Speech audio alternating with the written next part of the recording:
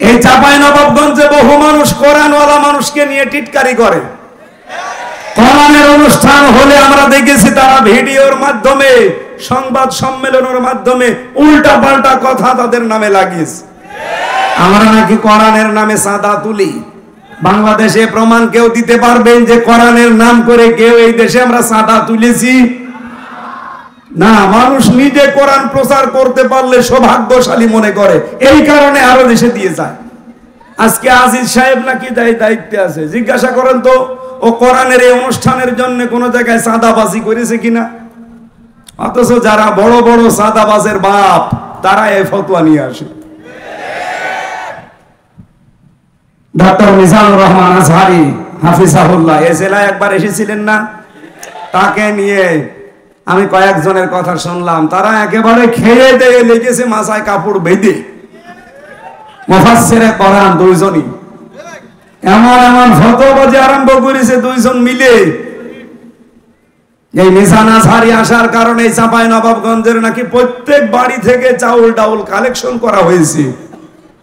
এমন কোন বাড়ি ঘর নেই, দোকানপাট নেই যেখানে চাঁদাবাজি করা হয়নি। আরে ভাই, আপনার মতো চাঁদাবাজি করতেছে কি পাথর মেরে আমি মানুষ মেরে ফেলি? কোরআন প্রচারের দায়িত্ব যেমন আমার, যেই লোকটা 500 টাকা দিচ্ছে তারও দায়িত্ব এটা। সে হয়তো সরাসরি ভাবে আসতে পারে না, টাকা দিয়ে সাহায্য করে, কথা বলেন না কেন? আর আপনি এটাকে আপনার মতো চাঁদাবাজি হিসাবে চালিয়ে দিচ্ছেন। কোথায় চাঁদা কোরআনের জন্য দান করা আর কোথায় চাঁদাবাজি করা? কত মানুষ কোরআনের রেফারেন্স দেয় সংসদে দাঁড়িয়ে, অথচ চারটার একটাও মানে না। আমি নিজে তাকে প্রমাণ করব, আসেন। আপনি যদি আমার সামনে শুদ্ধ করে কোরআনে কারিমের একটা সূরা পড়তে পারেন, আপনাকে আমি মিষ্টি খাওয়াবো। অথচ রেফারেন্স দিচ্ছে কোরআনের, মনে হচ্ছে আল্লামা হয়ে গেছে। স্বামী আর স্ত্রী বানিয়েছে কোন মিস্ত্রি? এক নাম্বার তো পেলাম না, 2 নম্বরে কোরআনে কারীম বুঝবে শুধু আয়াত পড়ে লাকুম দীনুকুম ওয়ালিয়া দীন লা ইকরাহা ফিদ্দীন, অথচ আয়াতের বাংলা অর্থ যদি সঠিকভাবে বলতে পারে আমি মিষ্টি খাওয়াবো। বাংলাটাও পারে না। একটা আয়াতের কমপক্ষে আমি 33টা করে অর্থ পেয়েছি, আমার এই মোবাইলে আছে। কয়টা বলতে পারবেন আপনি? লা ইকরাহা ফিদ্দীন, দ্বীনের ব্যাপারে বাড়াবাড়ি নেই। লাকুম দীনুকুম ওয়ালিয়া দীন, তোমার ধর্ম তোমার, আমার ধর্ম আমার। এটা কি বুঝেছেন আপনি? 33টা অর্থ করা লাগবে এক একটা আয়াতের। আপনি আন্দাজে একটা আয়াত পড়ে বাংলা অর্থ জানা নেই, আগা নেই, মাথা নেই বলে দিলেন। চাঁপাইনবাবগঞ্জ জেলার সদর থানার অন্তর্গত 11 নম্বর ওয়ার্ড সেবা সংস্থা কর্তৃক আয়োজিত তাফসীরুল কোরআন মাহফিলের স্বনামধন্য সভাপতি বাংলাদেশ জামাত ইসলামী, এই নামটা বললে এখন কলিজা ভরে যায়, প্রাণ খুলে জবান ছেড়ে নামটা আমরা এতদিন বলতেও পারতাম না। বাংলাদেশ জামাত ইসলামী চাঁপাইনবাবগঞ্জ জেলা শাখার শ্রদ্ধাভাজন আমির মাওলানা আবু যর গফারি আতাল্লাহু উমরাহু ওয়া বারাকাল্লাহু ফি হায়াতি, প্রধান অতিথি বাংলাদেশ জামাত ইসলামী ঢাকা মহানগরী দক্ষিণ ও কেন্দ্রীয় নির্বাহী পরিষদের সদস্য, এই আসনের জন্য বাংলাদেশ জামাত ইসলামী থেকে মনোনীত নমিনি শ্রদ্ধাভাজন ব্যক্তিত্ব, বিশিষ্ট রাজনীতিবিদ, সাবেক ছাত্র নেতা, বাংলাদেশ ইসলামী ছাত্র শিবিরের কেন্দ্রীয় সাবেক সভাপতি জনাব নুরুল ইসলাম বুলবুল আতাল্লাহু উমরাহু ওয়া বারাকাল্লাহু ফি হায়াতি। বিশেষ অতিথি সাবেক এমপি চাঁপাইনবাবগঞ্জ সদর 3 জনাব লতিফুর রহমান।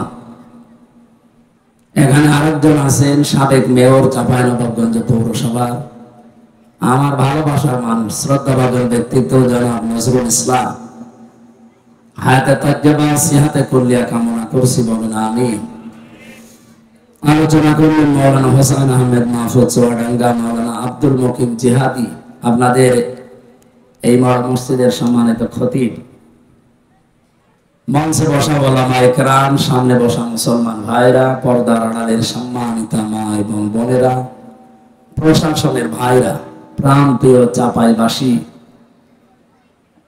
আমার মনে হয় চাপাই নবাবগঞ্জে আসলে ওই শহীদের কথা মনে হয় যিনি কোরআনের জন্য জীবন দিয়েছিলেন। এ ভোলাহাট থানায় বাড়ি না, কোন থানায় যেন, গমস্তাপুর। কোরআনের জন্য যে জীবন দিয়েছিল একটা যুবক, শিবগঞ্জ, শেষ মোহাম্মদ, শহীদ শেষ মোহাম্মদ। আল্লাহ রাব্বুল আলামিন তাকে জান্নাতের সুউচ্চ মাকাম দান করে। ধর্ম নির্বিশেষে আজকের এই অনুষ্ঠান আমরা সাজিয়েছি। এটা শুধু বাংলাদেশ জামাত ইসলামীর না, মানুষ পদবাচ্য আমরা যারা বিবেচিত তাদেরকে আমরা ডাক দিয়েছি আজকে। আমাদের পরিচয় আমরা তিনটা দেই। এক নম্বরে আমরা মানুষ। এক নম্বরে কি? ওয়ালাকাদ কাররামনা বানি আদম। আল্লাহ তাআলা বলেন পৃথিবীতে সবচেয়ে বেশি সম্মান দিয়েছি বনি আদম সন্তানকে। সেই হিসাবে আমরা দাবি করতে পারি কি বলেন তো? মানুষ। আরো জোরে বলেন কি? দুই নম্বরে আরেকটা উপরের পরিচয় আছে, এটা সবাই দিতে পারে না, যারা দায়িত্ব পালন করে তারা দিতে পারে, তার নাম খলিফা। কি বললাম? ইন্নী জাইলুন ফিল আরদি খলিফা, অবশ্যই আমি জমিনে খলিফা পাঠাতে চাই। এই গল্প করেন মানে? এদিকে তাকান। এখানে কথা বুঝবে না, বাইরে চার দোকানে যে গিবত করবে।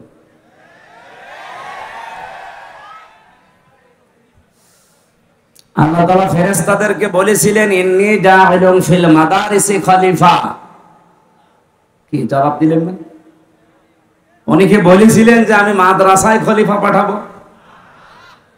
আজ যারা শুধু মাদ্রাসার খলিফা হয়ে বসে আছে, ইন্নী জাইলুন ফিল খানকা খলিফা, আমি খানকায় খলিফা পাঠাবো বলেছিলেন।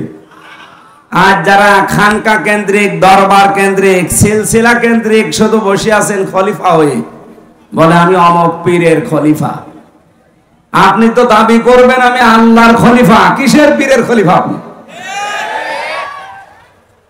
আপনাকে পাঠিয়েছেন আল্লাহ তার নিজের খলিফা করে মাদ্রাসায়, খানকায়, মসজিদে, দরবারে। কোথায়?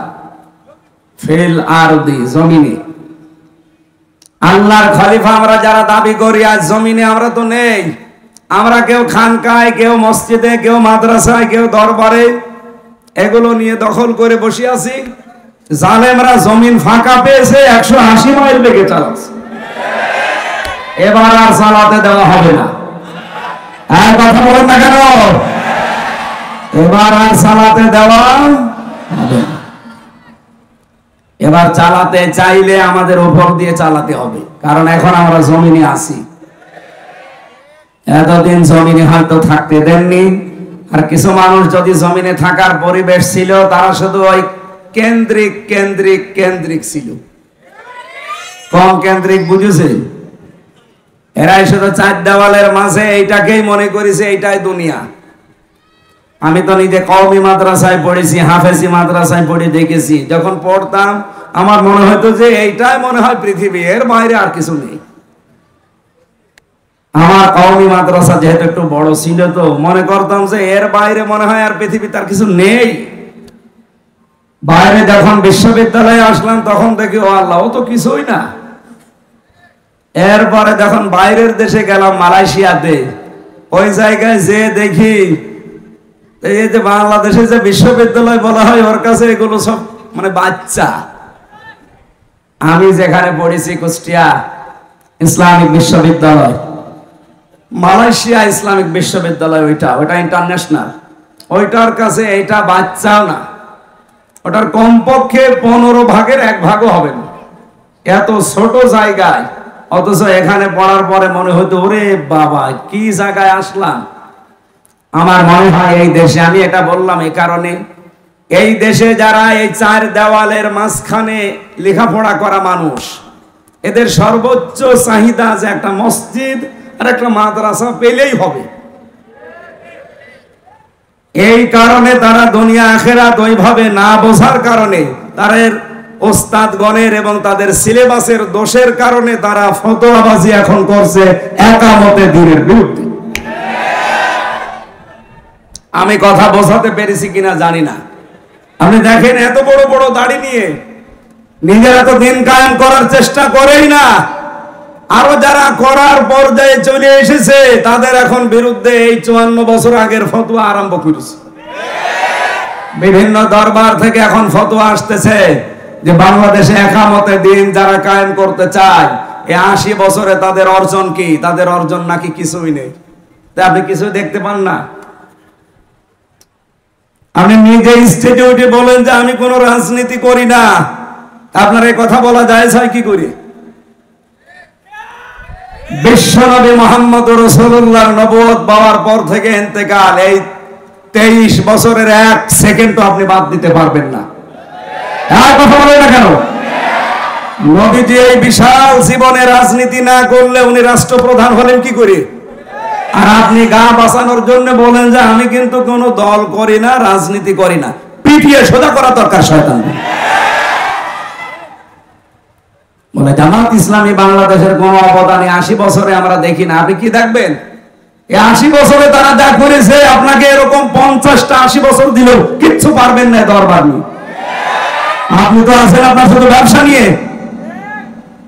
20,000 মরিদ থাকলে প্রতি মাসে মাসে 1 টাকা করে দিলে 20,000 টাকা। এক কথা বলেন না কেন? আল্লামা সাইদি রহমতুল্লাহ আলাইহি অনেকে মাঝে মাঝে ভণ্ড বীরদেরকে মুখোশ খুলে দিতেন, এমনি না। কারণ দেখেন যার 20,000 মরিদ আছে সারা বাংলাদেশ মিলে, ওর আর কিছু করা লাগবে? ও মরণ পর্যন্ত শুধু বসে খেয়ে চলে যাবে। অথচ ওরে দরবারের খলিফা করে আল্লাহ পাঠায়নি, মসজিদে মাদ্রাসার জন্য না, ওরে আল্লাহ পাঠিয়েছিলেন জমিনে। আজ আমরা জমিনে থাকতে চাই না, এই জন্যই তো জালেমদের এত গাত্রদাহ শুরু হয়েছে। আমির হামজা এতদিন জমিনে ছিল না, ছিল বিভিন্ন জায়গায়। একটা কথা আমার পক্ষে বিপক্ষে কেউ বলে না, নিশ্চুপ ছিল। কিন্তু যখনই জামাত ইসলামী বাংলাদেশ আমাকে নমিনি বানিয়েছে কুষ্টিয়া সদরের জন্য, এই যে রাম আর বামপাড়া, বিশেষ করে জালেম যারা এখন নতুন যুক্ত হয়েছে তাদের সাথে মুনাফিকিরা, কোথাকার সেই 12 সাল 13 সালের ভিডিও কাটছাট করে আগে নেই পরে নেই, এখানে প্রসাব করিবেন না করিলে 50 টাকা জরিমানা, এইরকম সাজিয়ে মানুষের সামনে এখন বিভ্রান্ত ছড়াচ্ছে। আমি 1.5 ঘন্টা 2 ঘন্টা কথা বলি, পুরাটা শোনেন তো একটা ভুল বের করতে পারেন কিনা? হ্যাঁ, স্লিপ অফ টাং কিছু হতে পারে, এটা আমার ইচ্ছাকৃত না, অনিচ্ছাকৃত ভুল মার্জনীয়। আমি ইচ্ছা করে যদি কিছু বলে থাকি সেইটা আপনি সঙ্গে সঙ্গে আসেন। যতগুলো তথ্য পর্যন্ত বলেছি ইচ্ছা করে একটাও ভুল বের করতে পারিনি, শুধু কাটছাট করা ছাড়া। অনিচ্ছাকৃত ভুল, ওটাকে আমি নিজে ইচ্ছা করে করি, মুখ দিয়ে বের হয়ে যায় মানুষ হিসাবে, সেটার জন্য আমি সরি বলি এবং সংশোধন হওয়ার জন্য আমি চেষ্টা চালাই। এরপরে যারা পেছনে লেগে থাকেন, আমি নাই ক্ষমা চাই, আল্লাহ আমারে আশা করি ক্ষমা করে দেবে। আপনি গীবত করে কি করলেন বলেন? আপনি গীবত করে কি করলেন? আপনার নিজের নেকিগুলো তো নষ্ট হয়ে গেল, কিছু আমল আখলাক যা ছিল সব আমার আমল নামায় চলে আসে। ইমাম আবু হানিফা রাহমাতুল্লাহ আলাইহি, আমি একটা ঘটনা পড়ছিলাম ওনার জীবনে, আর একটা পড়েছিলাম হাসান বসরি রহমতুল্লাহ আলাইহি। উনি একজনের কাছে একটা মুরিদ বা শাগরেদ দিয়ে একটা মিষ্টি পাঠিয়েছেন। লোকটা বলছে কিসের মিষ্টি? আপনি ওনার নামে কালকে বদনাম করছিলেন, গীবত করছিলেন। আর গীবত বা বদনাম করলে কি হয় আপনি কি জানেন? আপনার জীবনের নেকিগুলো সব তার আমল নামায় চলে গেছে, আর তার গোনা যা ছিল সব আপনার আমল নামায়। আপনি এত বড় উপকার করলেন, আপনার মিষ্টি না খাইয়ে পারা যায়? আমার তো মনে হচ্ছে এই 12 সাল থেকে শুরু করে 25 সাল 3 বছর নয় জেলে ছিলাম, বাকি সময়গুলোতে যারা পেছনে লেগে আছেন আপনাদের বাড়ি বাড়ি আমার মিষ্টি পাঠানো দরকার। আমি তো ভুলের জন্য ক্ষমা চেয়ে মাপ চেয়ে যেভাবেই হোক আমি মাপ আল্লাহর কাছে পাবো বলে আশা করি। কিন্তু আপনি কি করছেন বলেন? আপনি কি করছেন? আপনি নিজাম মজুমদারের বিরুদ্ধে কথা বলেন না, ডক্টর জাফর ইকবালের বিরুদ্ধে কথা বলেন না, শেখ হাসিনার বিরুদ্ধে আপনি কথা বলেন না, আপনি কথা বলেন আমির হামজা, মাওলানা মিজানুর রহমান আজহারি, তারেক মনোয়ারের বিরুদ্ধে না? এই সমস্ত মানুষগুলোর অবদান আপনি অস্বীকার করেন। আপনি কি করেছেন ইসলামের জন্য? আপনি জমিনে কয়দিন ছিলেন বলেন তো? আমার মাজা ভেঙে দিয়েছে শুধুমাত্র নবীজির আদর্শ মানার কারণে, ইসলাম মানার কারণে। আপনি কয়দিন এই কষ্ট সহ্য করেছেন বলেন?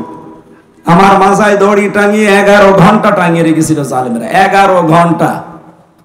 আমি ইশারায় নামাজ পড়েছি। পেশাব পায়খানার জন্য মাত্র 2 বার 2 মিনিট করে ছুটি দিয়েছিল। বলেন তো, মাথা নিচের দিকে পা উপরের দিকে 11 ঘন্টা এভাবে থাকা আপনি কয়দিন থেকেছেন? আমার মাথার চুল থেকে পায়ের তালু পর্যন্ত 1 ইঞ্চি জায়গা বাকি নেই যেখানে টর্চার করে না। আর আপনি ফতোয়াবাজি করেন দরবারে বসে বসে না? আপনার পেট আর জহব্বা ছাড়া কি আছে কি? কিছু কিছু পীর এই দেশে আছে না, যারা জামাত ইসলামের অবদানকে দেখতে পায় না। এদের দেখবেন শুধু পেট আর জহব্বা, এই দুইটা বাদ দেবেন কিচ্ছু পাবেন না। এত বড় বড় পেট হয়, মহিলারা দেখে লজ্জা পায়। কি গো, সন্তান হয় আমাদের আর পেট হয় কি ভরি, আখেরি ভরি। আমার মনে হয় এখানে নজরুল ভাই, ঠিক আছে আপনি বসেন বসেন বসেন। আমি দ্বিতীয় পরিচয় বলছিলাম আমরা আল্লাহর কি খলিফা। কি বলেন তো, এবার কি খেলাফতের দায়িত্ব পালন করা যাবে? আমার আজকের আলোচনার বিষয় এই খেলাফতের শর্ত কি কি, এগুলো যদি পূরণ করতে পারি, এই শর্তের উপরে টিকে থাকতে পারলে আল্লাহ তার ওয়াদা এবার ঠিক পালন করবে ইনশাআল্লাহ। 3 নম্বরে আমাদের আরেকটা পরিচয় আছে, সর্বোচ্চ পরিচয়। কি বলেন তো, আমরা আল্লাহর গোলাম। এটা অনেকেই বলতে চায় না, বলে আমি অমুক পীরের গোলাম। ওর কোন জায়গায় মারবেন বলেন তো?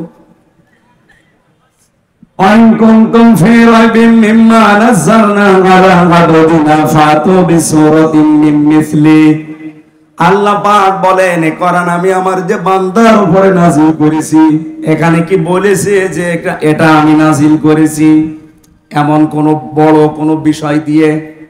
আলা আব্দিহি, আমার বান্দার উপরে। কোরআন শরীফ পড়ে আমি পেয়েছি আল্লাহর কাছে সবচাইতে প্রিয় নাম আব্দুল বা আব্দুল্লাহ। নবীজিকে আল্লাহ এই নামটা ধরে পুরা কোরআনে বহু জায়গায় ডাক দিয়েছেন।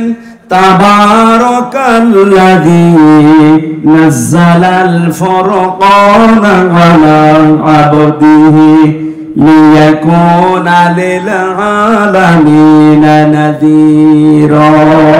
বলেন আল্লাহু আকবার।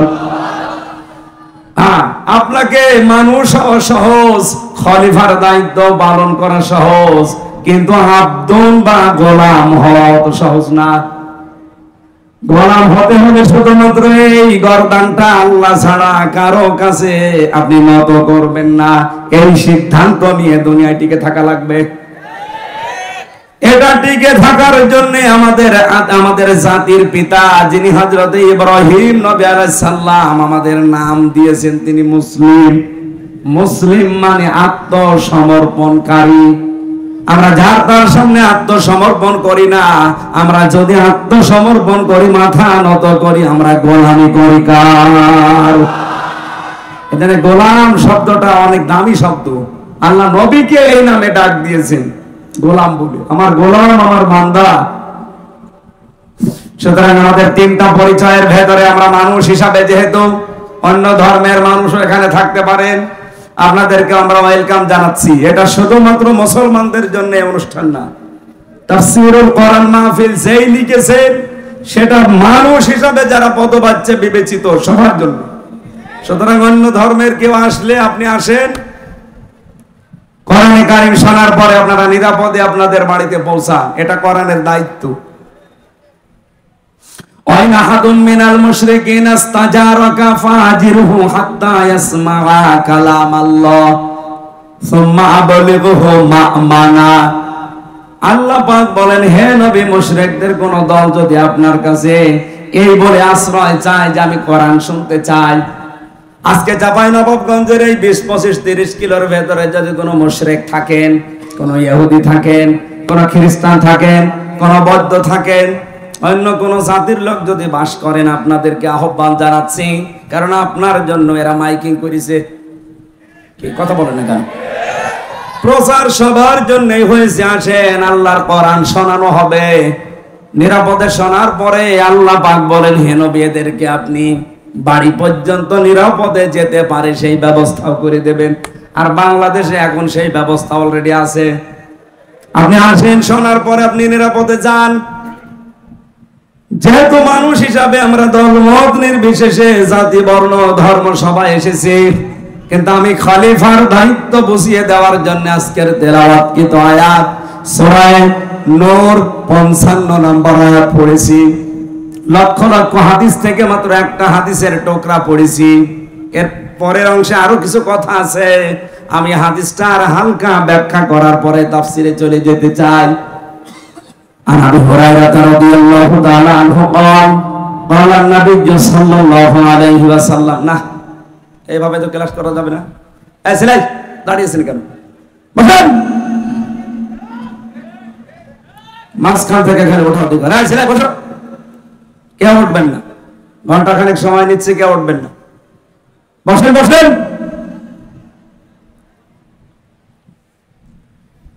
হযরত আবু হুরায়রা বর্ণনা করেন, বিশ্বনবী জানিয়েছেন, ইয়াকালু লিসাহিবিল কোরআন, কিয়ামতের দিন সাহেবে কোরআন যারা, সাহেবে কোরআন কারা? এই যে আজ যারা কোরআনে কারিমের সাথে সম্পৃক্ত হওয়ার জন্য বসে আছেন, আপনারা সাহেবে কোরআন, কোরআন শোনার জন্য, জানার জন্য, বোঝার জন্য যারা চেষ্টা চালাচ্ছেন, এত দামি হয়ে গেছে আজকে আমরা কোরআনের কারণে। এই যে কোরআন শরীফ এই টেবিলের উপরে আছে, আমার মনে হয় চরম পর্যায়ের বিয়াদব ছাড়া কেউ এই টেবিলে এখন আর পাও দেবে না। দেবে? কয়েকদিন আগে পাগল নামে একটা ছেলে নর্থ সাউথ বিশ্ববিদ্যালয় কোরআনের উপরে পা দিয়েছে। আমরা ধিক্কার জানাচ্ছি, সে যেই হোক, যদি অন্য ধর্মের, এখন তাকে চালানো চেষ্টা চালাচ্ছে, সে নাকি মাথা খারাপ, পাগল। সে যদি পাগলই হবে, ওই বিশ্ববিদ্যালয়ের লাইব্রেরিতে ত্রিপিটক আছে, বেদ আছে, গীতা আছে, সে ওইগুলো তো লাথি দেয় না, ওইগুলোতে থুথু মারে না, শুধু কোরআন শরীফে লাথি দেয়। তার মানে কোন পাগল আমরা বুঝে ফেলেছি। এর সর্বোচ্চ শাস্তি দেওয়া লাগবে কোরআনের সাথে বিয়াদবি করার কারণে। কথা বলুন না কেন?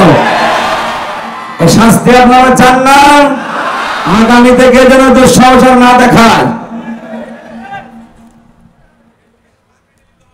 এখন বলছে পাগল হিসাবে চালাতে পারলে তার শাস্তি নাকি মওকুফ হয়ে যাবে এদেশের বিচার ব্যবস্থায়। আমার মামলার যে লোকটার কারণে, সাকিব, তরবারি সাকিব তার নাম, ওর বাড়ি হচ্ছে সিরাজগঞ্জে। মাঝে মাঝে হাজিরা দিতে যেতাম, ওরে দেখতাম। ও এখনো পর্যন্ত ছেলে আছে, ছাড়া পাইনি। ও সিরাজগঞ্জ থেকে বাসের উপরে একটা কাঁচির মাথায় এভাবে কাপড় পেঁচিয়ে নিয়ে গেছে, যে সংসদের সামনে ঘুরছিল। পুলিশ ধরে বলছে, ওই বেটা এখানে কি করিস? ওই 20 সালের কথা বলছে, আমি এই সংসদ ভেঙে ফেলবো। সংসদ ভেঙে ফেলবা মানে? এই কাঁচি দিয়ে সংসদ ভাঙা যায়? যায়। আমির হামজার ওয়াজ শুনে আমি উদ্বুদ্ধ হয়েছি। পুলিশ ওরে ধরে নিয়ে গেছে, আর আমার নাম যেহেতু বলেছে, আমারও ধরে, এই যে ধরে নিয়েছে, এই মিথ্যা, এই পাগলের কল্প কাহিনী, এর উপরে 3 বছর আমার জেল। ওই পাগলরে আমি মাঝে মাঝে জিজ্ঞাসা করতাম, এক জায়গায় থাকতাম তো, তাই আমার জীবনে কোনোদিন দেখেছিস? না। তুই আমার নাম বললি কোন কারণে রিমান্ডে? বলছে আমারে বলতে বলিস। বলতে বলিস মানে? হ্যাঁ, প্রথম দিন যেদিন আমি কাশি নিয়ে গিয়েছি, আমি তো ঘোরাফেরা করছিলাম, আমারে বলছে কয়েকজনের নাম তোর বলা লাগবে, তাহলে তোরে ছেড়ে দেব। আমি মনে করলাম, আল্লাহ, এই পাগল তো আসলে পাগল, এরে না সার্টিফিকেট দেওয়া যায়। আমারে বলছে আপনার নামটা আমার খুব ভালো লেগেছে, কয়েকজনের নাম বললো, আপনার নামটা ভালো লেগেছে, এই জন্য নামটা বলে দিল। এইরকম পাগল হলে না ডাক্তারের সার্টিফিকেট তৈরি করা যায়। কিন্তু যে পাগল বিশ্ববিদ্যালয়ে পড়ে, তার সামনে ত্রিপিটক আছে, বেদ আছে, গীতা আছে, ধর্মীয় গ্রন্থ তো আরো আছে, একটাও লাথিও দেয় না, থুতুও দেয় না, শুধু কোরআন শরীফে লাথি দেয়। তার মানে এটা এখন পাগল বলে সাব্যস্ত করে চালানো আর যাবে না। এটা আসলে জাতে মাতা, তাহলে ঠিক আছে। এরা আপনি রিমান্ডে উল্টো করে ঝোলান, দেখেন ঠিক সব বলে দেবে পেছনে কারা কারা আছে। ও কোনো উদ্দেশ্য নিয়ে কাজ করেছে। সাম্প্রদায়িক দাঙ্গা তৈরি করার জন্য দাদা বাবুরা বহু চেষ্টা চালিয়েছে এই 14 মাসে, একটাও সফল হতে পারে না। আর এবারের যে পূজা, ওরা তো ব্যর্থ হয়ে গেছে। বহু চেষ্টা চালিয়েছিল এই পূজা এবার একটা ঝামেলা তৈরি করতে, কিন্তু ইসলামপন্থী মানুষেরা এই দেশে এমন একটা শান্ত পরিবেশ তৈরি করে দিয়েছে। বিশেষ করে আমিরে জামাত ডক্টর শফিকুর রহমান, তার এক কথায় এই দেশের হাজার লক্ষ মানুষেরা সব নিস্তব্ধ হয়ে গেছে। তিনি জানিয়েছিলেন এই দেশের মসজিদ যদি পাহারা দেওয়া না লাগে, মন্দিরও পাহারা দেওয়া লাগবে না। এই কথা বলেন, বলে নাই? লক্ষ লক্ষ মসজিদে দেশে পাহারা দেওয়া লাগে না, রাত দিন পড়ে থাকে। মন্দির পাহারা দেওয়া লাগবে কোন কারণে? তার কথায় উদ্বুদ্ধ হয়ে দল মত জাতি বর্ণ ধর্ম নির্বিশেষে সবাই মনে হচ্ছে পাহারাদা হয়ে গেছে। এবার দাদাদের সব চক্রান্ত ব্যর্থ হয়ে গেছে। হিন্দুদের কাছে আমি জিজ্ঞাসা করেছি, আমার কুষ্টিয়াতে আমার আসনে বহু হিন্দু আছে, সেদিন 100 হিন্দু এসে বলছে এবারের ভোট সব দাড়ি পাল্লায় দেব। অথচ জীবনে ওরা আমার শুধু টেলিভিশনে দেখেছে, মোবাইলে সরাসরি দেখি নাই। ওই দিনই আমার দেখলো, আমার বলছে হুজুর মাওলানা যেভাবে এবার ধর্মীয় অনুষ্ঠান পালন করতে পেরেছি, উপরওয়ালার শুকরিয়া আদায় করছি। উপরওয়ালা মানে কে? আমরা যদিও আল্লাহ বলে, তো আল্লাহ বলে না, বলে উপরওয়ালা। আমার সামনে তো আর দেবতা এই মূর্তি এগুলোর নাম বলতে পারছে না, বলছে উপরওয়ালা। ধন্যবাদ দেওয়া দরকার। খুব সুন্দর ভাবে এবার পালন করতে পেরেছি। এই 54 বছরও আমরা এভাবে পারি না। জোরে বলেন আলহামদুলিল্লাহ। এটা বিশ্বের বিবেক যারা, মোড়ল যারা, এটা শুনতে পান না? আমার কুষ্টিয়ার ঘটনা। সাম্প্রদায়িক সম্প্রীতি নেই বলে বাংলাদেশে। কোন মুনাফিক এই কথা বাইরের দেশে ছড়ায় যে বাংলাদেশে সাম্প্রদায়িক সম্প্রীতি নেই? পৃথিবীর ভেতরে এটা রোল মডেল। আমি তো ভারতের বহু প্রদেশ ঘুরেছি। মুসলমানেরা গরু জবাই করলে জহব্বা কেটে ফেলেছে, এমনও আছে মুসলমানদের। এই কথা বলেন না কেন? বাংলাদেশে আপনি তাকান, অন্য ধর্মের যারা আছে, আমরা যেহেতু নবীর হাদিস 100% বিশ্বাস করি, এই সংখ্যালঘু যা আমরা বলি না, তারা নিজেরাই বলে আমরা সংখ্যালঘু। আমরা বলি এই দেশে আপনারা কেউ সংখ্যালঘু নেই, আমরা যেমন আপনারাও তেমন। তারা যেহেতু বলে, এই হিসাবে বলছি, সংখ্যালঘু কোন মানুষ যদি কিয়ামতের দিন, নবীজি নিজে এই সংখ্যা, এখানে যারা ধর্মীয় গ্রন্থের উপরে আঘাত দিলেন, আমরা অন্য কোনো কারণে না, আমরা চাই তার বিচার হোক, কারণে কোরআনে কারীম আমাদের কলিজার চাইতেও দামি। সেই কোরআন থেকে মাত্র একটা আয়াত পড়েছি, আর লক্ষ হাদিস থেকে যে হাদিসের প্রথম বরাত বলছি, এই কোরআনের সাথে সম্পৃক্ত থাকার কারণে এত মর্যাদা। আল্লাহর নবী বলেন আহলুল কোরআনি হুম আহলুল্লাহি ওয়া খাসাতুহু। কোরআনওয়ালা যারা, এরা সাধারণ মানুষ না, এরা আল্লাহর পরিবারভুক্ত এবং খাস ব্যক্তি। সুবহানাল্লাহ বলতে পারেন না? এই চাঁপাইনবাবগঞ্জে বহু মানুষ কোরআনওয়ালা মানুষকে নিয়ে টিটকারি করে। কোরআনের অনুষ্ঠান হলে আমরা দেখেছি তারা ভিডিওর মাধ্যমে, সংবাদ সম্মেলনের মাধ্যমে উল্টা পাল্টা কথা তাদের নামে লাগিয়েছে। আমরা নাকি কোরআনের নামে চাঁদা তুলি। বাংলাদেশে প্রমাণ কেউ দিতে পারবেন যে কোরআনের নাম করে কেউ এই দেশে আমরা চাঁদা তুলেছি? না, মানুষ নিজে কোরআন প্রচার করতে পারলে সৌভাগ্যশালী মনে করে, এই কারণে আরো দেশে দিয়ে যায়। আজকে আজিজ সাহেব নাকি দায়িত্বে আছে, জিজ্ঞাসা করেন তো ও কোরআনের এই অনুষ্ঠানের জন্য কোন জায়গায় চাঁদাবাজি করেছে কিনা? অথচ যারা বড় বড় চাঁদাবাজের বাপ, তারা এই ফতোয়া নিয়ে আসে। ডক্টর মিজানুর রহমান আজহারি হাফিজাহুল্লাহ এই জেলায় একবার এসেছিলেন না? তাকে নিয়ে আমি কয়েকজনের কথা শুনলাম, তারা একেবারে খেয়ে দিয়ে লেগেছে মাথায় কাপড় বেঁধে। মুফাসসিরে কোরআন দুইজনই এমন এমন ফতোয়াবাজি আরম্ভ করেছে দুইজন মিলে। এই মিজান আজহারি আসার কারণে চাঁপাইনবাবগঞ্জের নাকি প্রত্যেক বাড়ি থেকে চাউল ডাউল কালেকশন করা হয়েছে। এমন কোন বাড়ি ঘর নেই, দোকানপাট নেই যেখানে চাঁদাবাজি করা হয়নি। আরে ভাই, আপনার মতো চাঁদাবাজি করতেছে কি পাথর মেরে আমি মানুষ মেরে ফেলি? কোরআন প্রচারের দায়িত্ব যেমন আমার, যেই লোকটা 500 টাকা দিচ্ছে তারও দায়িত্ব এটা। সে হয়তো সরাসরি ভাবে আসতে পারে না, টাকা দিয়ে সাহায্য করে, কথা বলেন না কেন? আর আপনি এটাকে আপনার মতো চাঁদাবাজি হিসাবে চালিয়ে দিচ্ছেন। কোথায় চাঁদা কোরআনের জন্য দান করা আর কোথায় চাঁদাবাজি করা? আকাশ আর পাতালের চাইতেও বেশি ফারাক না? নিজেদের অপরাধ গুলো ঢাকতে তারা এই উল্টা পাল্টা কথা সামনে নিয়ে আসি। মানুষ এখন আর পাগল নেই, কারণ এটা তো আর আগস্টের 5 তারিখের আগে না, এখন অক্টোবরের 9 তারিখ চলছে। হ্যাঁ, কথা বলেন। 54 বছরে বহু কিছু খাওয়িয়েছেন, এখন আর খাওয়াতে পারবেন না, কারণ এখন শুধু মানুষ না, এখন আমরা আল্লাহর খলিফা। এই খেলাফতের শর্ত কি, খলিফা হতে হলে কি কি করা লাগবে, ওই কথাগুলো আজকে শুনে যাবেন তো নাকি? কোরআন দিয়ে বলবো আমি ইনশাআল্লাহ। কিয়ামতের দিনে সাহেবে কোরআন যারা, নবীজি বলেন, আল্লাহ নিজে বলবেন ইকরা, পড়ো, আর তাকি উপরে ওঠো, অরাত্তিল, কিভাবে পড়বা? তার তিলের সাথে পড়ো, কামা কুনতা তুরাত্তিলু ফিদ দুনিয়া, যেভাবে দুনিয়ায় পড়তে। আমার চাপাই বাসে এটা রেকর্ড হচ্ছে, সারা বাংলাদেশের মানুষকে আমি জানাতে চাই, কোরআনে কারীম যদি কিয়ামতের দিন পড়ে পড়ে উপরে উঠতে চান, তার মানে 6666টা আয়াত আমরা অনেকেই জানি, এটা প্রসিদ্ধ। 6236টা আয়াত, এটা বিশুদ্ধ। যেটাই ধরেন সেটাই ঠিক আছে। কিয়ামতের দিন যদি এততলা বিল্ডিং এর উপরে থাকতে চান, আপনি দুনিয়াতে কোরআন পড়বেন ওইভাবে। কিভাবে? আল্লাহর নবী দিয়েছেন রত্তিল। কোরআনে আপনি 3টা শব্দ পাবেন কোরআন পড়ার ব্যাপারে, অরতালা আর তালাওয়া। 3টা শব্দের ব্যাখ্যা করতে গিয়ে আমি পেয়েছি 4টা অর্থ। কোন মানুষ যদি কোরআন পড়তে চায়, সে যেন শুদ্ধ করে পড়ে তার তিলের সাথে। ওয়ারাত্তিলিল কোরআনা তারতিলা। আমি আশা করব আজকে থেকে সিদ্ধান্ত নিয়ে যাবেন, এই রমজান আসার আগে আপনি তার তিলের সাথে শুদ্ধ করে কোরআন পড়া শিখবেন।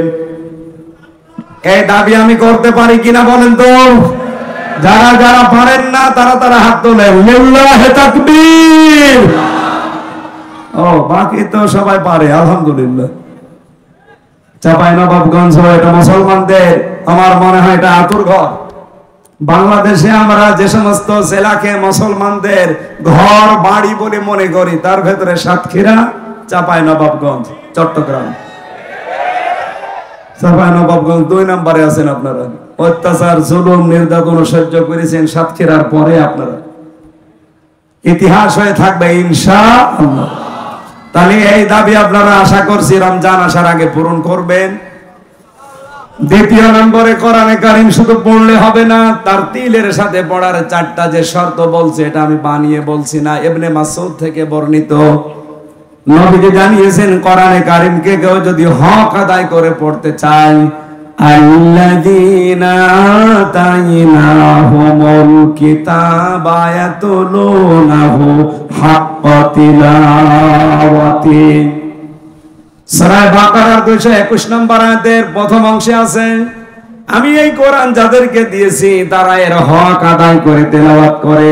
উলাইকা ইউমিনুনা বিহি, এরা আমার কোরআনে বিশ্বাসী। ওয়া ইয়াকফুর বিহি ফাউলাইকা হুমুল খাসিরুন। এখানে হক আদায় করে যদি কেউ না পড়ে কোরআন, আল্লাহ বলেন তারা কোরআন বিশ্বাস করে না, এই মানুষগুলো ক্ষতিগ্রস্ত। বলেন নাউজুবিল্লাহ। এ পর্যন্ত আমার মনে হয় আপনি আয়াত শোনার পরে কিছু বোঝেননি, এবার বুঝবেন। এদিকে তাকান। আল্লাহ যে হাক্কা তিলাওয়াতি দিয়েছেন, হক আদায় করে তেলাওয়াত। আমি হক আদায় করে তেলাওয়াতের ব্যাখ্যা যতগুলো তাফসীর মিলিয়েছি, ফি জিলালিল কোরআনে আমার কাছে সবচাইতে বেশি পারফেক্ট মনে হয়েছে। সাইয়্যিদ কুতুব রহমাতুল্লাহ আলাইহি তিনি বলেন, কেউ যদি কোরআন হক আদায় করে পড়তে চায়, সে যেন তেলাওয়াত করে থেমে থেমে, শুদ্ধ করে, স্পষ্ট ভাবে, যেটা আমি আপনাদের আহ্বান জানালাম। 2 নম্বরে, শুধু পড়লে হবে না, এটাকে আপনাকে বোঝার চেষ্টা করা লাগবে। কি কথা বুঝতেছেন? আপনি দেখবেন সূরা হিজরের 87 নাম্বার আয়াতটা একটু বাড়ি দে। ওয়ালাকাদ আতাইনাকা সাবআন মিনাল মাসানি ওয়াল কুরআনাল আযীম। বলেন আল্লাহু আকবার। আল্লাহ বলেন, অবশ্যই আমি হে নবী আপনার কাছে 7টা আয়াত বিশিষ্ট একটা কোরআন দিয়েছি। এটা পূর্ণ পাঠ করা লাগে। এই যে বারবার আপনাকে কোরআন পাঠ করা লাগে কেন জানেন? এই মহান কোরআনকে, এই 7 আয়াত বিশিষ্ট সূরাকে আমরা সূরা ফাতিহা বলে ডাকি। কেন বারবার এটা পড়া লাগে? দিন রাত 24 ঘন্টায় শুধু ফরজ নামাজও কেউ যদি পড়ে 17 রাকাত, কয় রাকাত? এই 17 রাকাত নামাজের প্রতি রাকাতে এই সূরা ফাতিহা কিন্তু একবার করে পড়া লাগে। কি কথা বলেন না কেন? কেন বারবার এটা রিভাইজ দিচ্ছেন, বারবার এটা রিপিট করছেন কেন? একটা উদ্দেশ্য আল্লাহর আছে। আপনি যেন বোঝেন যে আপনি কি বলতে চান আল্লাহকে। কোরআন শরীফ আমি একটা স্টাডির জায়গায় রেখে দেখলাম, কোরআনে কারিমে আল্লাহ তেলাওয়াত সাজিয়েছেন 5 ওয়াক্ত নামাজের ফরজ, সুন্নত, ওয়াজিব, নফল। এই নামাজগুলো যদি আপনি পড়তে থাকেন, তাহাজ্জুদ আছে, ইশরাক আছে, আওবিন আছে, বিভিন্ন নামাজ আছে। এই নামাজগুলোতে যদি কোরআন শরীফ আপনি নিয়মিত পড়েন, আমি মিলিয়েছিলাম জেলখানায় থাকতে এটা 7 দিনে পড়া কোরআন শরীফ নামাজের ভেতরে পড়ে শেষ করা সম্ভব। আমি নিজে পড়েছি 5 ওয়াক্ত নামাজ মিলে। আমি সুন্নত পড়লেও 4 পৃষ্ঠা দিয়ে 4 রাকাত পড়তাম। তাহাজ্জুদে প্রায় 2 পারা, 2.5 পারা, 3 পারা চেষ্টা করতাম পড়ার।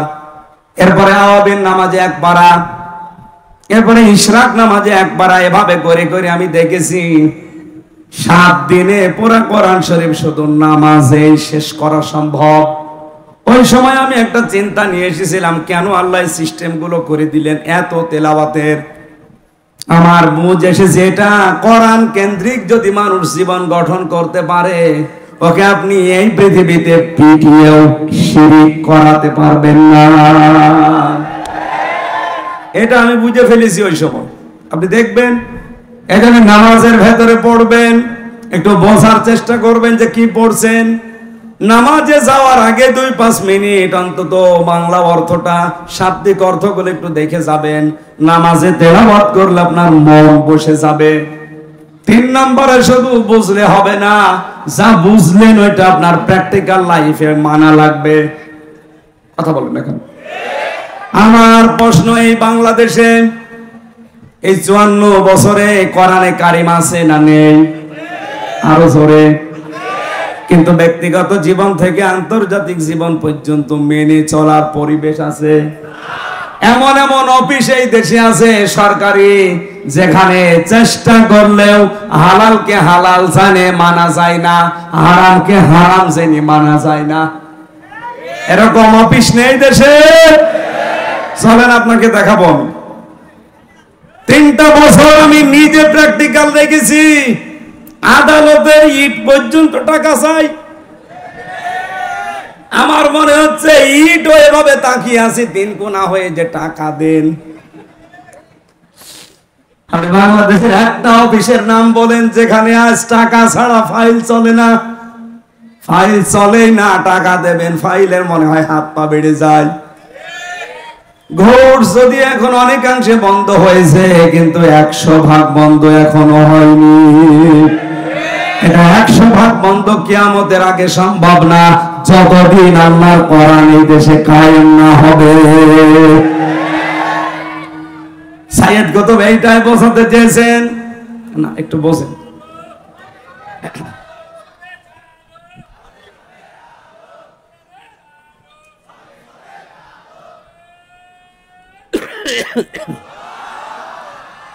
তাকবীরই যদি দেবেন, আপনার মতো মরা মানুষ তাকবীর দেওয়ার দরকার আছে? তাকবীর দেওয়ার দরকার ছিল একটা যুবক মানুষের, বুড়ো মানুষ। একটা যুবক মানুষ, ওটা তো শিবিরে ছেলে পেলে নেই। ওই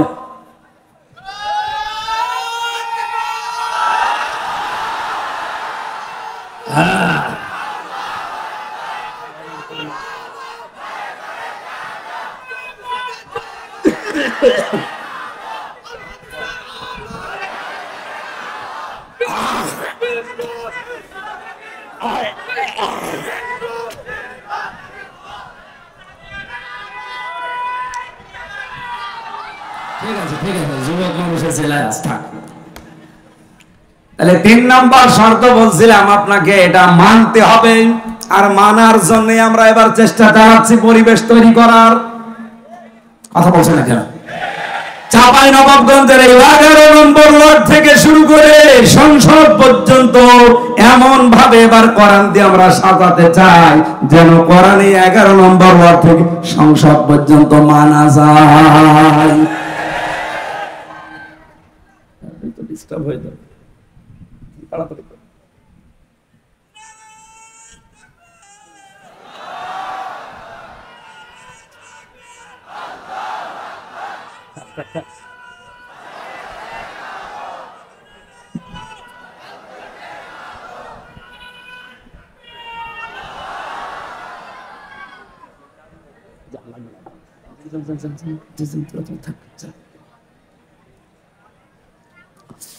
চাঁপাইবাসী 4 নাম্বারটা বলছিলাম, এই পৃথিবীর ময়দানে কোরআন যেন মানুষ মানতে পারে সেই ব্যবস্থা করে দিতে হবে।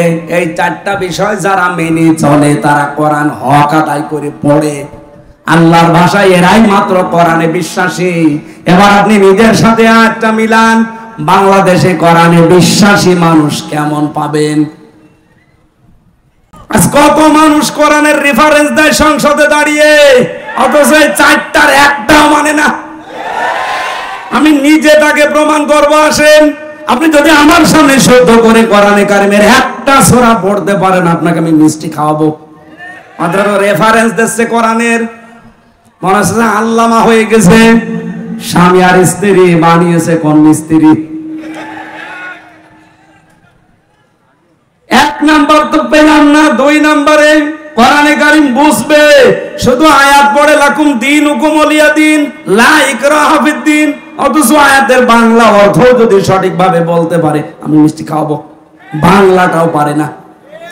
একটা আয়াতের কমপক্ষে আমি 33টা করে অর্থ পেয়েছি, আমার এই মোবাইলে আছে। কয়টা বলতে পারবেন আপনি? লা ইকরাহা ফিদ্দিন, দিনের ব্যাপারে বাড়াবাড়ি নেই। লাকুম দীনুকুম ওয়ালিয়া দিন, তোমার ধর্ম তোমার, আমার ধর্ম আমার। এটা কি বুঝেছেন আপনি? 33টা অর্থ করা লাগবে এক একটা আয়াতের। আপনি আন্দাজে একটা আয়াত পড়ে বাংলা অর্থ জানা নেই, আগা নেই, মাথা নেই বলে দিলেন। কোন আয়াত থেকে রেফারেন্স দিতে হলে কমপক্ষে উসুলে তাফসীরের মূল নীতি হচ্ছে তার আগের আয়াত পরের আয়াতের সাথে সম্পর্ক আগে বলা লাগে। যারা আলেম আছে জিজ্ঞাসা করেন তো, উসুলে তাফসীরের মূল নীতি 15টা, এর 9 নাম্বার নীতি হচ্ছে আগের আয়াত পরের আয়াতের সাথে রিলেটেড কি আছে এটা আপনাকে আগে জানা লাগবে। আপনি কোন কারণে লাকুম দীনুকুম ওয়ালিয়া দিন ফতোয়া দিতে যান? এদেশে বহু মানুষ এই ফতোয়া দিতে গিয়ে ধরা খেয়েছে। হাসিনা একবার বলেছিল লাকুম দীনুকুম ওয়ালিয়া দিন, রাহুল বুখারী। এটা বলে না, আয়াত পড়ছে কোরআনের, দলিল দিচ্ছে বুখারীর। 3 নাম্বারটাও নেই, আপনি মেনেও চলেন না। আপনার 3.5 হাত বডির ভেতরে ইসলাম নেই। কথা বলেন না কেন? আপনি তাকান, তার 3.5 হাত বডির ভেতরে ইসলাম আছে, তার পরিবারে ইসলাম আছে, তার স্ত্রী দেখলে শয়তান পর্যন্ত লজ্জা পায়। একটা বউ হলো, বউ দেশে মানুষের নেই। চাঁপাইনবাবগঞ্জের জন্য বদনাম একটা, কি বউ গো, আমি নিচে নামলাম না। তারা ভুল ধরে জামাত ইসলামী বাংলাদেশের আদর্শ নিয়ে। আপনার তো আদর্শই নেই। জামাত ইসলামী বাংলাদেশের যে আদর্শ আছে এই জন্য তারা টিকে আছে। আপনার তো আদর্শই নেই। আপনি কি নিয়ে মানে যে তর্ক বিতর্ক করেন, কি নিয়ে করেন? আপনার আদর্শ আছে? বলেন তো আপনি কি আদর্শের উপরে আছেন? আপনার আদর্শ চাঁদাবাজি করা, একটা আদর্শ হলো। আপনার আদর্শ পাথর দিয়ে মানুষ হত্যা করা, একটা আদর্শ হলো। যারা এইভাবে চাপাবাজি করে গলাবাজি করে চালিয়ে চলে যাচ্ছে, আমি বাংলায় বলছি, আপনার কাছে কোনো আদর্শ নেই। কারণ আপনি যার আদর্শ মানেন সে লোকটাও সঠিক না। এই পৃথিবীতে আমরা যার আদর্শ মানি তিনি সঠিক, মুহাম্মাদুর রাসূলুল্লাহ। তিনি সঠিক ছিলেন, তাকে আল্লাহ নিজে পরিচালিত করত। তাছাড়া বাংলাদেশে আর যাদের আদর্শ আপনারা কেউ মেনে চলে আবার বুক ফুলিয়ে বলেন আমি অমকের সৈনিক, আপনার নেতাই তো ঠিক নেই। তার যে 70 বছরের জীবন, এই গ্যারান্টি কেউ দিতে পারবে যে জীবনে কোনোদিন জেনা করিনি, কোনোদিন জীবনে একটা মিথ্যা কথা বলিনি? হ্যাঁ, কথা বল না কেন? আমরা যারা আদর্শ প্রচার করি, কায়েম করতে চাই, গ্যারান্টি আমরা দিতে পারি। ওয়া ইন্নাকা লাআলা খুলুকিন আযীম। এমন মহান চরিত্র আল্লাহ তাকে দিয়েছে, কিয়ামত পর্যন্ত কোল কিনারা করে পাবেন না যে কি আদর্শ তার ভেতরে আল্লাহ দিয়েছিল। আযীম শব্দ আল্লাহ কাউকে দেয়নি, মুহাম্মদ রাসূলুল্লাহকে দিয়েছেন। আর এক জায়গায় দিয়েছেন আল কোরআন আল আযীম। ওই যে কিছুক্ষণ আগে সূরা হিজরের 87 নম্বর আয়াত পড়লাম। কোরআনকে আল্লাহ আযীম বলেছেন, আর মুহাম্মদ রাসূলুল্লাহর আদর্শকে আল্লাহ আযীম বলেছেন। সুবহানাল্লাহ বলতে পারেন না? এজন্যই চাপাবাজি গলাবাজি বাদ দেন। আমরা চাপাবাজি করছি, গলাবাজি করছি, আমাদের একটা আদর্শ আছে। আর আপনারা যারা এগুলো করেন, একটারও কোনো আদর্শ নেই। আপনার যা ভালো লাগে করতে পারেন। আপনার রাগ হবে আমি জানি, আপনার রাগ দেখার জন্য আমি আসি না, আমি সঠিকটা তুলে ধরলাম। যারা এই কথাগুলো আমাদের উপরে দোষ চাপিয়ে দিতে চান, উল্টা পাল্টা, পেছনের দিকে আর যেতে চাই না। এখন আমরা এই দেশকে সামনের দিকে নিয়ে যেতে চাই। 4 নাম্বারটাও আপনারা চেষ্টা করেন না, কিন্তু আমরা চেষ্টা করছি। আমরা চাই নিজে শুধু মানবো না, মানুষ যেন মানতে পারে সেই ব্যবস্থা করে দিতে চাই। কামা কুনতা তুরাত্তিলু ফিদ দুনিয়া, এইভাবে করে আমরা যেহেতু পড়ছি, কিয়ামতের দিন আমরা এই হক আদায় করে পড়তে পারবো। অরাত্তিল অরতাকি, পড়বো আর উপরে উঠতে থাকবো। ফাইন্না মানসিলাকা ইনদা আখিরি আয়াতিন তাকরাউহা, নবীজি বলেন পড়তে পড়তে যেখানে পড়া শেষ হয়ে যাবে, ওই জায়গায় আল্লাহ তোমার স্থান দেবে। জোরে বলুন সুবহানাল্লাহ। এই হাদিসটা আমি সহ যারা এসেছি প্রত্যেকের জীবনে আল্লাহ যেন মানার তৌফিক দেন। সূরা নূর 55 নম্বর আয়াত। এখানে 64টা আয়াত আছে, মাত্র একটা আয়াত পড়েছি। আমার আলোচনার বিষয়, আমরা যে আল্লাহর খলিফা, এই খেলাফতের দায়িত্ব পালন করতে হলে কি কি শর্ত মানা লাগবে সেইগুলো আল্লাহ রাব্বুল আলামিন বলেন। এদিকে তাকান ভাই, না হচ্ছে না, ক্লাস এভাবে হবে না। আপনি এখানে আসলেন কেন? যান যান, চলে যান, তাড়াতাড়ি যান, তাড়াতাড়ি যান। আপনার যে শরীর, ওরে বাবা, এরকম মনে হচ্ছে জবাই করলে 2 গ্রাম খানা হয়ে যাবে। না, এরকম স্বাস্থ্য দরকার। আমার তো শেষ করে দিয়েছে। হাসিনার উপরে এমনি রাগ হয় আমার, এই কারণে আমার কণ্ঠও শেষ করে দিয়েছে, তেঁতুল খাবিয়ে খাবিয়ে, যৌবন তেঁতুল খাবিয়ে শেষ করে দিয়েছে। এমনকি আমার কণ্ঠটাও নষ্ট করে দিয়েছে তেঁতুল খাবিয়ে। প্রত্যেক খাবারে খালি আমার তেঁতুল দিত। খেলে খান, না খেলে না খেয়ে মরে যান। কারণ ওই ফাঁসির কন্ডেম ছেলে কেউ দেখারও কেউ নেই, বলারও কেউ নেই। ওই শয়তানদের যা বলতো ওরা তাই করতো। আর কপালটাও আমার খারাপ। কারারক্ষের দায়িত্বে সেই কয়টা পেয়েছিলাম, 100টার ভেতরে আমার মনে হয় 90টাই সব মালায়ন। মালায়ন তো বলা ঠিক না, হিন্দু। দেবদুলা, সুব্রত বালা, আশিক কুমার, চয়ন ঘোষ, নাম মুখস্থ করে ফেলেছি। বলেন তো, যাদের নাম বলছে সব তো আল্লাহর ওলি নাকি?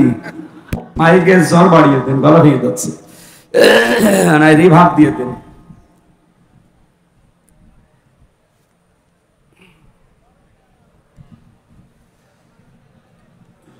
সূরার নাম কি মনে আছে নাকি দেখি তো? কোরআনের 55টা নাম আছে, তার ভেতরে 5 নাম্বার নাম পেয়েছি আমি, নূর। কোরআনের নাম কি? এই নূর একটা সূরারও নাম।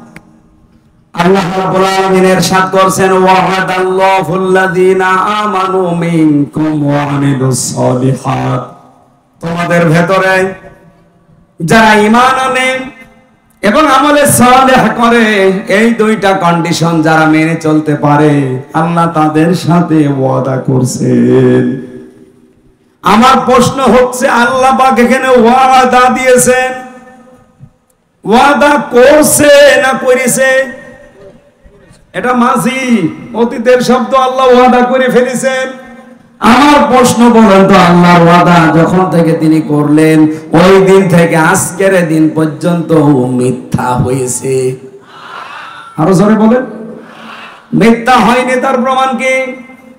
আল্লাহ পাক বলেন, কামাস্তাখলাফাল্লাযীনা মিন ক্বাবলিহিম লা ইস্তাখলিফান্নাহুম ফিল আরদ লামে তাকিদনা সাকিলা।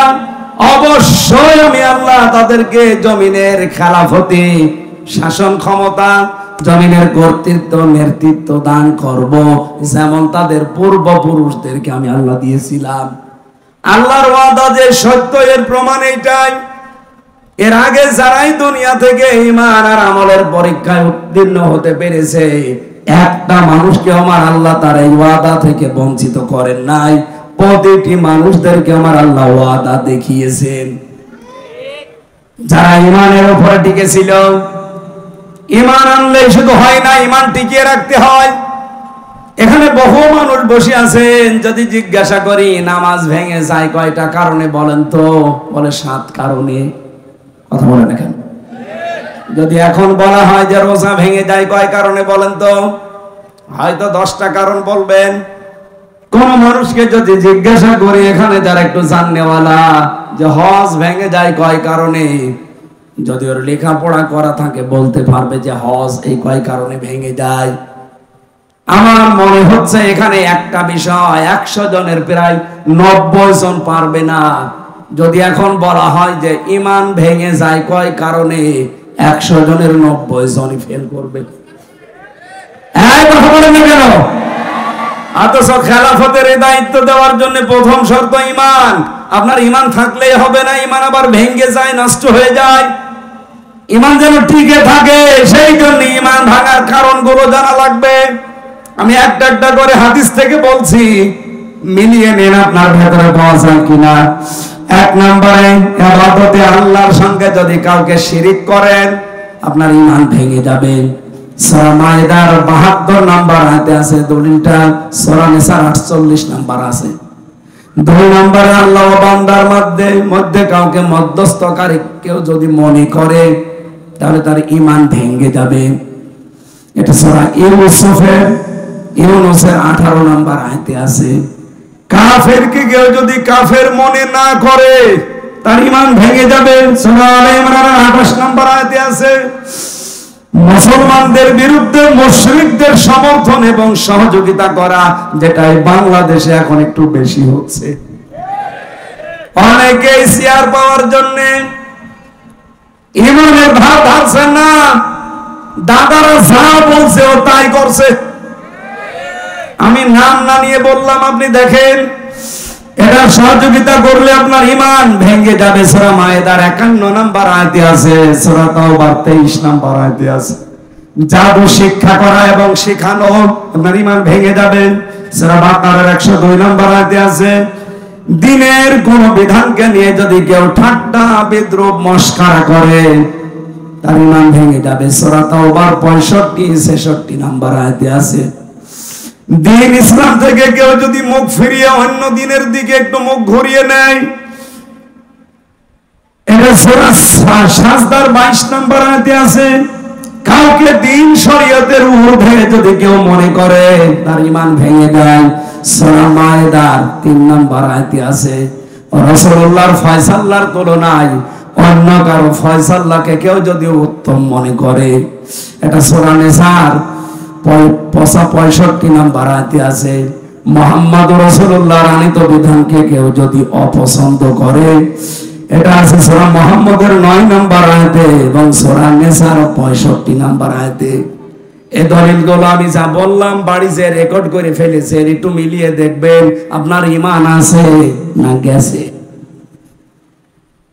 কোরআনে কারীম জানাচ্ছে, ওয়া মিনান নাসি মান ইয়াকুলু আমান্না বিল্লাহি ওয়া বিল ইয়াউমিল আখিরি ওয়া মা হুম বিমুমিনিন। মানুষের ভেতরে অনেক মানুষ এমন আছে, বলে আল্লাহ তোমাকে বিশ্বাস করি, কিয়ামত হবে তাও বিশ্বাস করি, আল্লাহ বলেন অমাহুম বিমুমিনিন, এরা কিন্তু মুমিন না। তাহলে কথাটা কি? সুতরাং আমাদের ঈমানের উপরে টিকে থাকতে হলে ঈমান ভাঙার কারণগুলো জানা দরকার। আশা করছি 10টা আপনি মুখস্থ করে নেবেন বাড়িতে। আমি আয়াত নাম্বারগুলো বলে দিয়েছি, কারণও 10টা বলেছি। রেকর্ড যদি করে থাকেন মিলিয়ে মিলিয়ে দেখবেন আপনার ঈমান আছে না চলে গেছে। একটা বই লিখেছিলাম এই বিষয় নিয়ে, ঈমান আনার পদ্ধতি, মুসলমান কখন কাফের হয়ে যায়। 120 পৃষ্ঠা লিখেছিলাম। এটা মনে হয় গাড়িতে এখন আর নেই। তাজিব সেন্টার রাজশাহী থেকে এটা পাবলিশ করে। যদি এটা কোনো জায়গায় পান দেখবেন আপনার ঈমান আমার মনে হয় এখন আর থাকার মতো না। কারণ কর্মকাণ্ড এবং যে কাজ কর্মার বিশ্বাস আমরা দেখাচ্ছি এটা ঈমান থাকার মতো না। 2 নম্বরে ওয়ামিলুস সালিহাত, তারা ভালো ভালো কাজ করবে। এইবার আমার প্রশ্ন, এদিকে তাকান।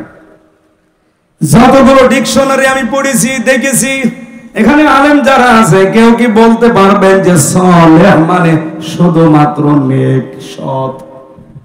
এখন আধুনিক ব্যাখ্যাগুলো বের হচ্ছে, আপনি দেখেন সালেহ মানে যোগ্য। সালেহ মানে কি? যোগ্য। যারা ঈমান আনার পরে যারা যোগ্য হবে, যারা নিজেদেরকে যোগ্যতা সম্পন্ন করে গড়ে তুলবে তাকওয়ার ভিত্তিতে, এই মানুষগুলোর সাথে আমার আল্লাহর ওয়াদা হচ্ছে জমিনের শাসন ক্ষমতা আল্লাহ তাদেরকে দেবে। আয়াতটা পড়ার পরে আমি মিলিয়েছি, বাংলাদেশ জামাত ইসলামীতে এই মানুষগুলো এখন তৈরি হয়ে গেছে। আপনি রাগ বললো এটা সঠিক কথা। আপনি দেখেন ইউনিয়ন থেকে 11 নম্বর ওয়ার্ড কাউন্সিল থেকে শুরু করেন সংসদ পর্যন্ত, এমনকি আন্তর্জাতিক লেভেল পর্যন্ত চালাতে যত যোগ্যতা সম্পন্ন সৎ এবং সততা সম্পন্ন মানুষ দরকার, সব সেক্টরে জামাত ইসলামীর আছে।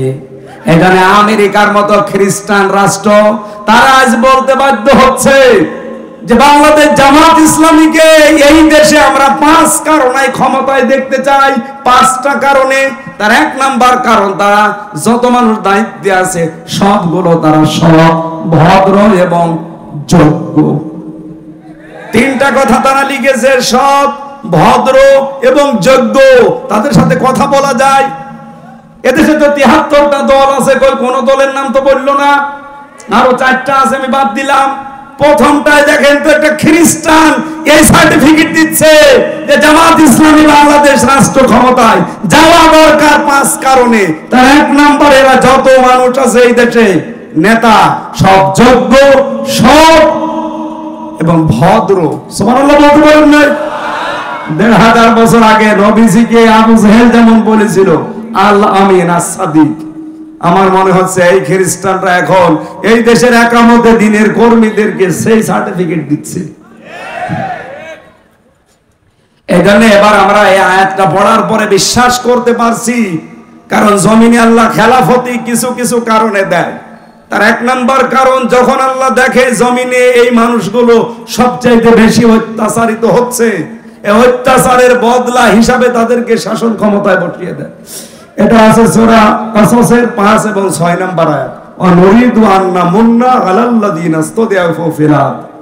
আমি আল্লাহ একটা ইচ্ছা করলাম, ফেরাউন যাদেরকে জমিনে দুর্বল করে রাখতে চেয়েছিল জুলুম অত্যাচার নির্যাতন করে, অনাজালাহুম আইম্মাতান, আমি চাইলাম তাদেরকে জমিনের নেতৃত্ব কর্তৃত্ব দিয়ে নেতা বানিয়ে দিতে।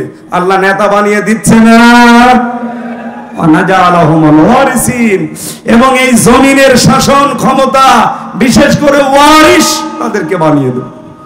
এতটুকু আল্লাহ শেষ করে দেননি, অনুমাক্কিনা লাহুম ফিল আরদ, তাদেরকে আমি জমিনের কর্তৃত্ব দান করব, শাসন ক্ষমতায় বসিয়ে দেব। কেন বসাবো? অনুরিয়া ফিরাউনা ওয়া হামানা ওয়া জুনুদাহুমা, আমি ফেরাউন, হামান আর নটার লোকজনকে দেখাতে চাই মিনহুম মা কানু ইয়াহজারুন, তাদেরকে সবচেয়ে বেশি ভয় যারা পেত ওই মানুষগুলোকে আমি আল্লাহ রাষ্ট্র ক্ষমতায় বসাতে চাই। বাংলাদেশ জামাত ইসলামীকে এই দেশের জালেম রাম আর বামরা এই 54 বছর সবচেয়ে বেশি ভয় পেয়েছে। অন্য কোন দলকে এত ভয় পেয়েছে কারোর উপর অত্যাচার এভাবে হয়নি। এদের উপর অত্যাচার করেছে একটাই মাত্র কারণ, কারণ তারা বুঝে ফেলেছে যে এরা সম্ভাবনা একেবারে কাছাকাছি। এই জন্য আমাদের উচিত হচ্ছে এই আয়াতটার কিছু আবেগ আছে। রব্বুল আলামিন বলেন এর প্রথম আবেগ কি? আমি আল্লাহ কি করব জানো? ওয়ালা ইউবাদদিলান্নাহুম ওয়ালা ইউমাক্কিনান্নাহুম দীনাহুম আল্লাযী ইরতাদা লাহুম। তোমাদের জন্য আমি যেই দিনকে পছন্দ করি ওই দিন আমি তোমাদের ওই জমিনে কায়েম করে দেব। কথা থেকে খেয়াল করেন, ওয়ালা ইউমাক্কিনান্না লাহুম লামে তাকিদ নুনে সাকিলা দীনাহুম আল্লাযী ইরতাদা লাহুম। তোমাদের জন্য যেই দিন আমি পছন্দ করেছি ওই দিন আমি ওই জায়গায় কায়েম করব। তার নাম কি? হ্যাঁ, কথা বলেন। আয়াত আমি 100% বিশ্বাস করি। এই হিসাবে বাংলাদেশে এবার ইসলাম কায়েম হবে, হয় আপনাকে নিয়ে না আপনাকে বাদ দিয়ে। আপনি যদি আসতে চান চলে আসেন, আপনাকে নিয়েই কায়েম হবে। আর যদি কপাল পোড়া থাকেন আপনি থাকেন, আপনাকে বাদ দিয়ে ইসলাম কায়েম হবে ইনশাআল্লাহ। আল্লাহ পাক বলেন দ্বিতীয় নম্বরে কি করব? ওয়ালা ইউবাদদিলান্নাহুম মিন বাদি খাউফিহিম আমনা। আমি পাল্টিয়ে দেব, পরিবর্তন করে দেব তাদের ভয়ের সংস্কৃতিকে নিরাপত্তা দিয়ে। কি ভয় ছিল বলেন তো? আগস্টের 5 তারিখের আগে আমির হামজা আসবে এই কথা শুনলেই 14টা ব্যারিকেড পড়ে যেত। কথা বলেন না কেন? আমি এই চাঁপাইনবাবগঞ্জের পৌরসভার ভেতরে ঢুকে এরপরে আবার কুষ্টিয়ায় চলে গেছি, আসতে দেয়নি। আগস্টের 5 তারিখের মাস খানিক আগে আমি আসতে চেয়েছিলাম, আমি আর শাহেক জামাল উদ্দিন ভাই ওনারে আসতে দিয়েছে, আমারে বলছে ও আসলে 144 ধারা জারি। এতগুলো মানুষের সামনে কোরআনের কথা বলবো এরকম একটা পরিবেশ ছিল। সব আল্লাহ পাল্টিয়ে ভয়ের সংস্কৃতি দূর করে আজ নিরাপত্তা দিয়ে দিয়েছে। যে পুলিশ এতদিন ধরার জন্য পেছনে পেছনে দৌড় দিত, এখন তারা পেছনে পেছনে পাহারা দেওয়ার জন্য দৌড় দেয়। কুষ্টিয়ায় এসপি ডিসি ওসি তো বাদই দিলাম, এসপি ডিসি সহ মিটিং করার সময় যে এসপি ডিসির আগস্টের 5 তারিখের আগে আমির হামজা জেলে আছে কথা শুনলে মোনাজাত করতেছে ভালো, অথচ এখন তারা মিটিং করলে আমারে নিয়ে উদ্বোধন করায়। কিছুদিন আগে কুষ্টিয়ার মডেল থানা উদ্বোধন হয়েছে, ডিআইজি এসেছিল খুলনা রেঞ্জের, আমাকে দাওয়াত দিয়ে কথা বলার সুযোগ দিয়ে মেহমান করে নিয়ে গেছে। আল্লাহ মনে হচ্ছে আয়াতটা বাস্তবে আমাদেরকে দেখিয়ে দিয়েছে, ভয়ের সংস্কৃতি সব দূর করে নিরাপত্তার বেষ্টনী দিয়েছে। কথা বলে না এখন আমাদের কাজ কি হবে? ইয়াবুদুনানি, ইবাদত করা লাগবে এখন আল্লাহর। লা ইউশরিকুনা বিহি শাইআ, আল্লাহর ইবাদতের সাথে কাউকে শরীক করা যাবে না। ওমান কাফারা বাদা যালিকা, এরপরেও যদি কেউ মুখ ফিরিয়ে চলে যান ফাউলাইকা হুমুল ফাসিকুন, তারাই গুনাহগার, তারাই ফাসিক, তারাই সীমা লঙ্ঘনকারী। আল্লাহ আমাদেরকে এই আয়াতের যে কন্ডিশন গুলো শুনলাম, ইবাদত করা লাগবে আল্লাহর, শিরিক করা যাবে না, এই শর্তগুলো মেনে ঈমান আর আমলের উপরে প্রতিষ্ঠিত থেকে খেলাফতের দায়িত্ব এবার যেন আমাদের দান করেন, বলেন আমিন। মেয়েরা যারা এসেছেন বিভিন্ন জায়গায়, শুধু নামাজ পড়া, রোজা রাখা আর কালো বোরকা পরা ইবাদত না। আপনার জন্য আমার লিখিত বই আছে দাম্পত্য জীবনের কলহ এবং তার সমাধান, এটা মেয়েদের, প্রত্যেক বউকে পড়াবেন। ও কেন গন্ডগোল করে আর এটা ঈমান আনার যে পদ্ধতি বললাম, এই যে যেটা নোট করেছিলাম এই বই থেকে, আমার লিখিত বই, এটা নিয়েছেন, কাজে লাগবে, মেয়েদেরকে দেবেন, মঞ্চে আছে।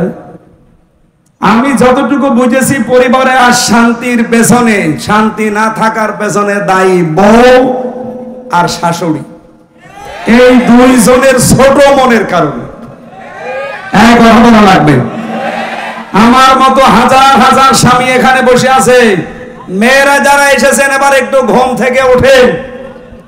আপনারা তো ঘুমাচ্ছেন, ওঠেন, শুধু নামাজ পড়বেন, রোজা রাখবেন, কালো বোরকা পরবেন, জান্নাতে চলে যাবেন না। যে মেয়েটা পুত্রবধূ হয়ে আছে ওইটাকে নিজের মেয়ের মতো মনে করা লাগবে। এটা আজ 100টার 98টা শাশুড়ি মনে করে না। একথা বলুন না কেন? নিজের মেয়ে 4টা 5টা করে সেদ্ধ ডিম খায়, দুধ খায়, কলা খায়, বাকিগুলোর নাম নাই নাই বললাম। মরণের খাওয়া খায়, কিচ্ছু বলে না। আর বেটার বউ যদি একটা সেদ্ধ ডিম খায়, চোখ মোটামুটি করে তাকায়। এরকম শাশুড়ি দেশে নেই। মেয়েদেরকে বলা দরকার যে কার শাশুড়ি এরকম ছোট মনের, হাত তোলেন তো। আপনি কি মেয়ে লোক? মেয়ে লোককে বলছি। শাশুড়ি যারা আছে, আমি তো নিজের থেকে বলছি, আমার শাশুড়ি আমি খেতে পারলে যা খুশি হয়, যা আনন্দ পায়, আমি দেখেছি আমার বউ বেশি খেতে পারলে আমার মা ওই পরিমাণে খুশি হয়নি। এরকম মাও দেশে নেই, দেশে নেই। আপনি মা একজন উদার হবেন আমার জন্য, আমার বউর জন্য, তারপরে তো সংসারে শান্তি আসবে। আপনার এই ছোট মনের কারণে আমিও অশান্তিতে আছি, আমার এই বউটাও অশান্তিতে আছে। এই কথা বলছেন কেন?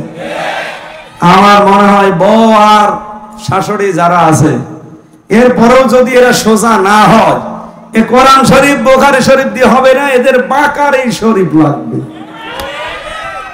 আল্লাহ মেয়েদেরকে হযরতে খাদিজার মতো বানিয়ে দেন, বলেন আমিন। আল্লাহুম্মা আমিন। লা ইলাহা ইল্লা আনতা সুবহানাক ইন্নী কুনতু মিনাজ জালিমিন। আল্লাহুম্মা গফিরলি ওয়ারহামনি ওয়াহদিনি ওয়াফিনি ওয়ারযুকনি ইয়া রাব্বাল আলামিন। কণ্ঠটা মারাত্মক ব্যথা করছে, হঠাৎ বসে গেল, এজন্য আমি শেষ করে দিয়েছি। যতটুকু বললাম আল্লাহ মেনে চলার তৌফিক দাও। আমার আব্দুল আজিজ ভাই সহ যত মানুষ এই মাহফিলের জন্য শ্রম দিল, তাদেরকে কবুল করে নাও। মা বোনদের পরিবার যাদের শান্তি নেই, আল্লাহ তুমি শান্তি দান করো। তাদের খাদিজার মতো, হযরতে ফাতেমার মতো বানিয়ে দাও। সম্মানিত সভাপতি, প্রধান অতিথি, বিশেষ অতিথি যারা এসেছে, আল্লাহ মঞ্জুর করে নাও। বড় আশা এই জমিনে তোমার কোরআনের খেলাফতি কায়েম হয়ে গেছে।